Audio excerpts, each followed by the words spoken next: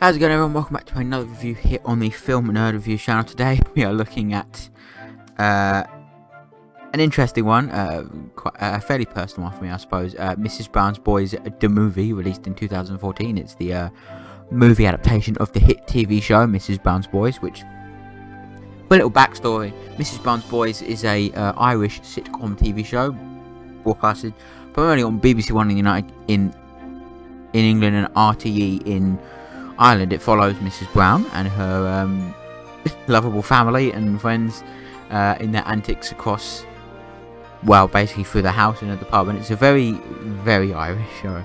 And those of you global viewers out there, it may not be, the biggest thing in other countries other than this one, but obviously it was successful enough to get itself a movie. I am someone who grew up very much with Mrs. Brown's Boys on TV all the time and stuff, and coming from a predominantly Irish family, it's a very mirroring TV show for a lot of stuff that the older generation in my family living like in Ireland, growing up there, my grandma and stuff like that. So it's a show that my grandma loves quite a lot as well. So but obviously in 2014 the movie came out. Now when the movie came out, I was still a sizable fan of Mrs. Brown's Boys, and I wanted to see it, but I wasn't old enough in 2014 to see the movie, so I didn't see it. But my grandma actually went to the cinema to see the Mrs. Brown's Boys movie, which is quite cool.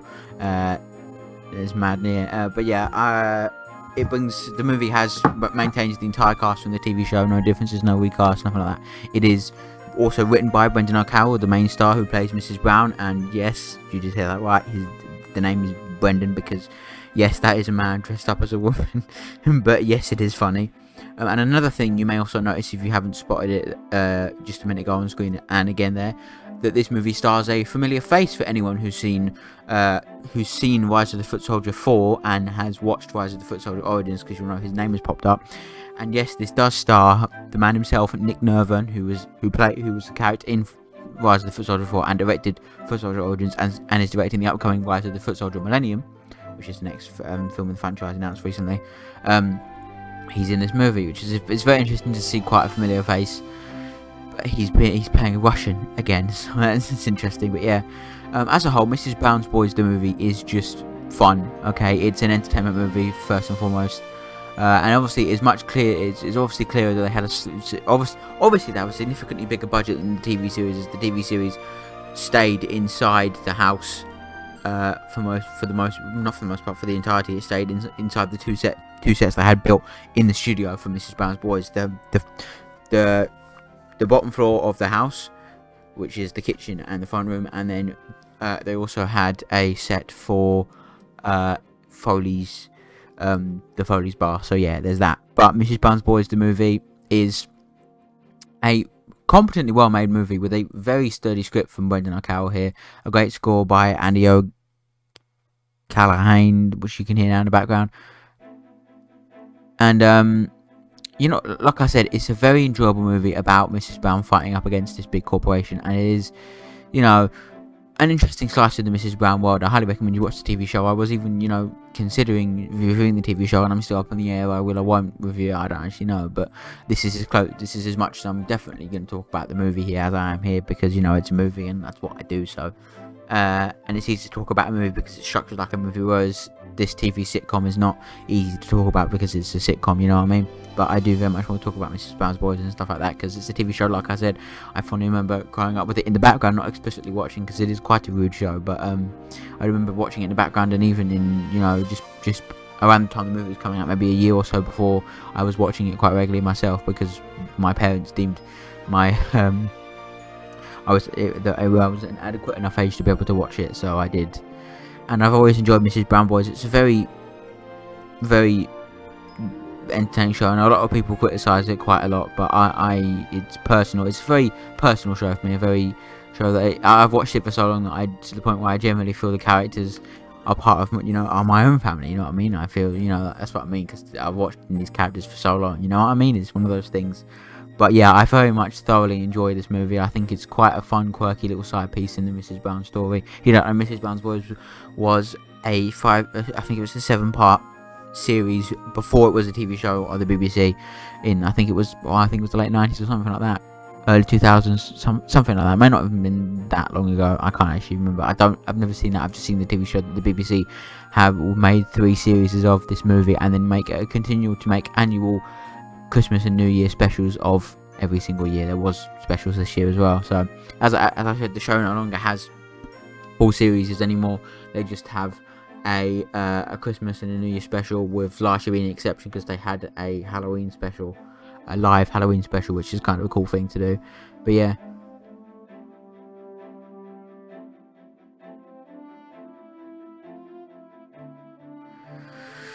it's a very, like I said, obviously them utilizing location filming, scouting and stuff like that, and which is quite cool, and a full orchestral score, which is nice as well, and the courtroom stuff. It's nice to see, the characters out in the real world instead of just being in the set, which, well, it is nice being in the set. You know what I mean? It's not all the time, and I think it's one of those things about Mrs. Brown where what they keep with the movie, they kept something that was in the TV series, and that was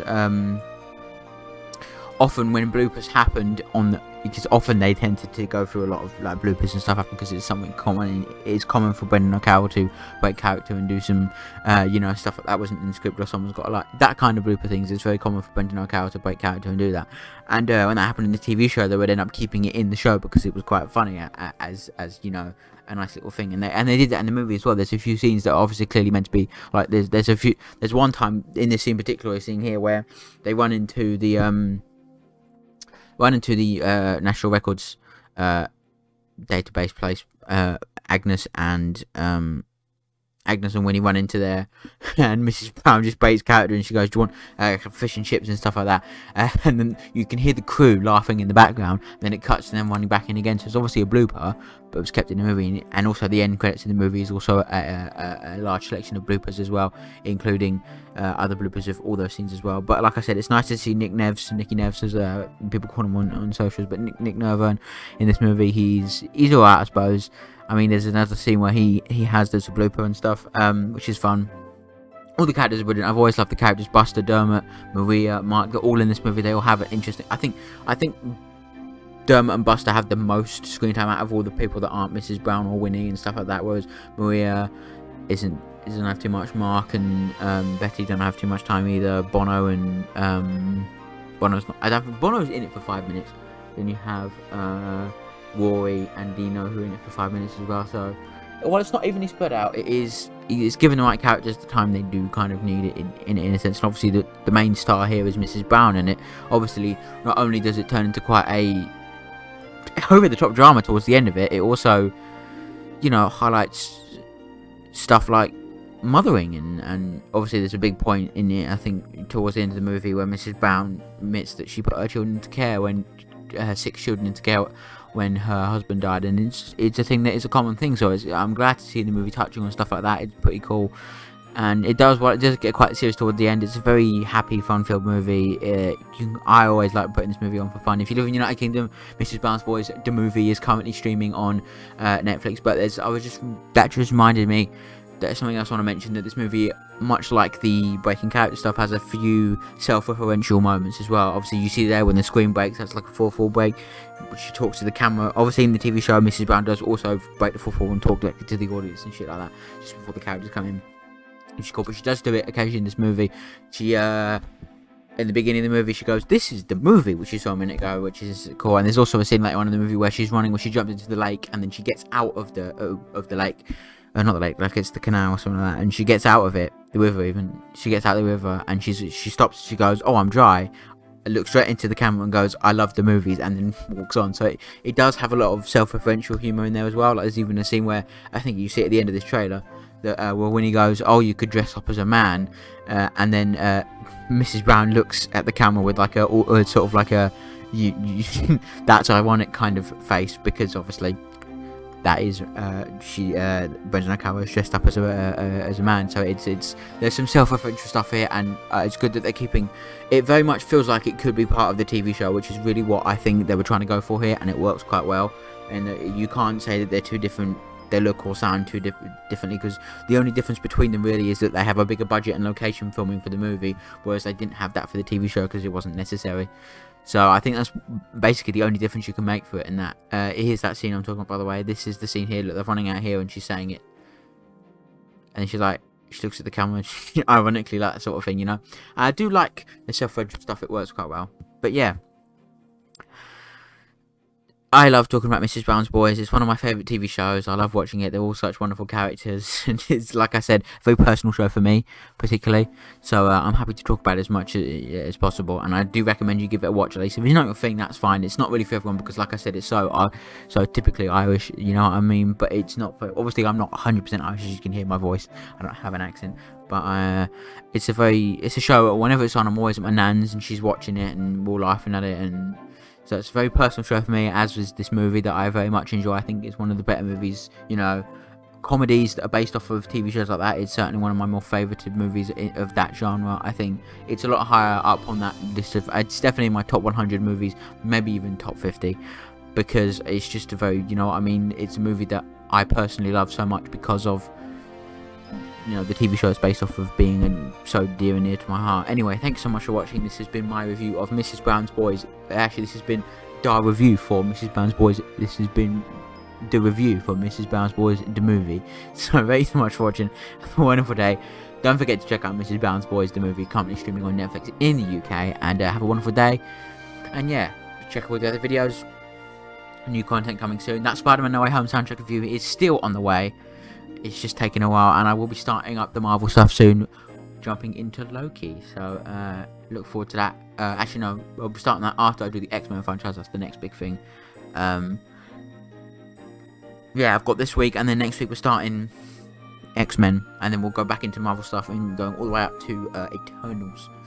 Actually, no, going all the way up to Hawkeye, because I came out after Eternals, and we will eventually be reviewing Spider-Man No